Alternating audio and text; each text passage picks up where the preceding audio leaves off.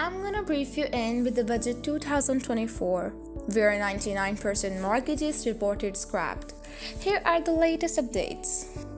The government's plans to terminate taxpayer-backed 99% mortgages brought an end to the dream of purchasing a home with just 1% down payment. A Treasury insider stated that the decision was made mostly because of two factors: limited government funding and concerns about the scheme's sustainability. Some, including a senior banking source, mentioned concerns, while others saw it as a possible option for first-time buyers. They believed that the plan was only a headline grabber and that few customers would be able to afford it still. Also, if home prices declined, homeowners would be more at risk of negative equity due to the low deposit.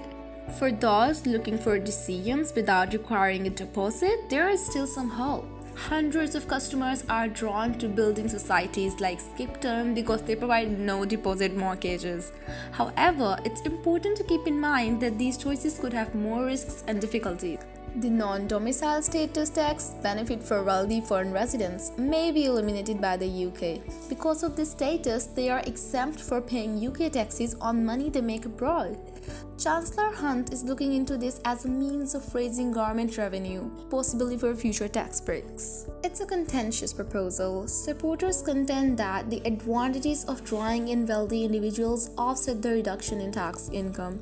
Critics believe that it's unfair and would encourage these people to leave the UK, which would be harmful to the economy. The fact that the Chancellor has previously defended this status and that the Prime Minister's wife has previously used it further complicates the picture. Labour purposes reforming the system instead of scrapping it entirely. On March 6th, a decision and maybe an announcement will be expected. Let me apprise about the range of individual tax cuts possible. A modest package of tax cuts that largely benefit individuals is what analyst Rob Morgan expects the upcoming spring budget should include. Although the details are still unknown, Morgan believes that following information might be on hand, which is focused to individual income tax. Raising personal allowances or lowering income tax rates are two possible solutions.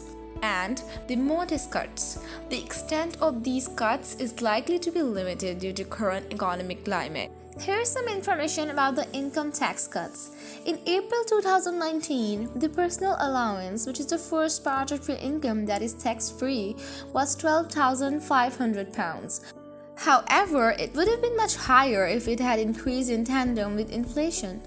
But it's barely moved at all. In the same way, if the higher rate tax threshold has been raised in accordance with the Consumer Prices Index, it would have been reached about £65,000 by now, having stood at £50,000 in April 2019.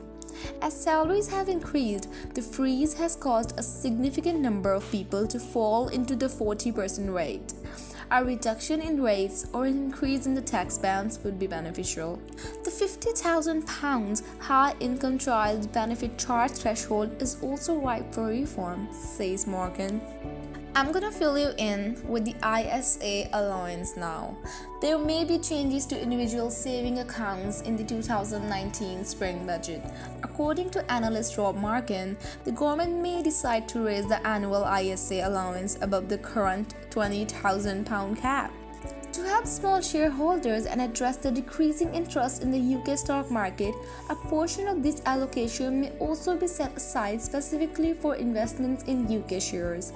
This comes alongside discussions about raising the personal allowance and higher rate tax threshold, potentially offering some tax relief to individuals.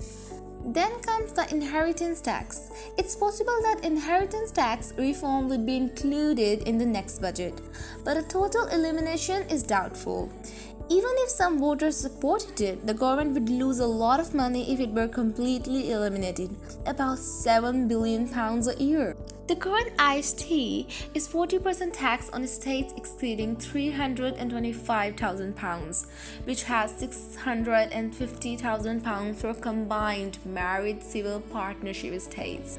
The potential reform is possible, but complete abolishment is highly unlikely due to the financial cost. Well, I should also mention about CGT and dividend allowances.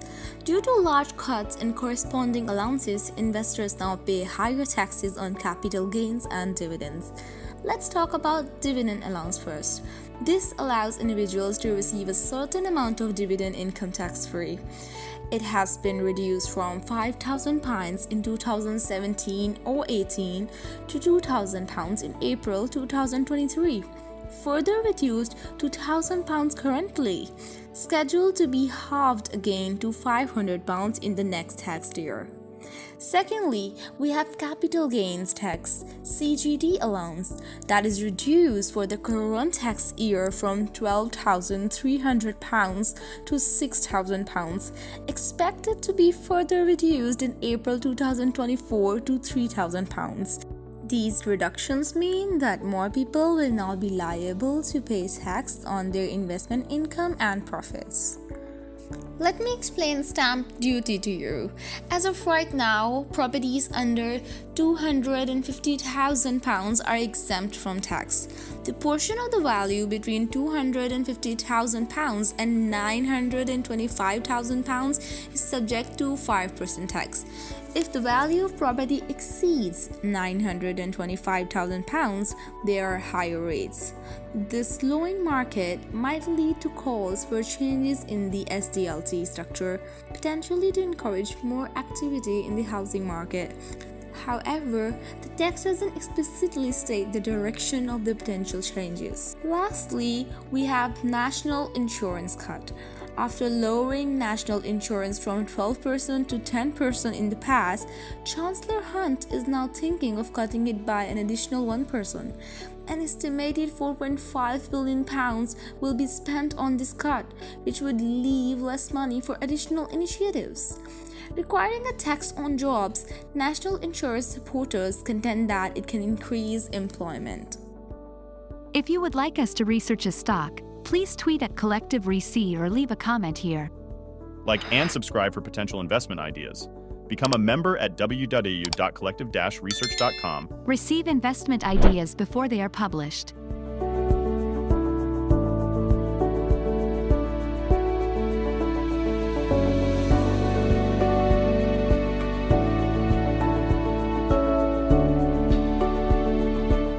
Collective Research. Active fundamental research in global capital markets. Make informed decisions.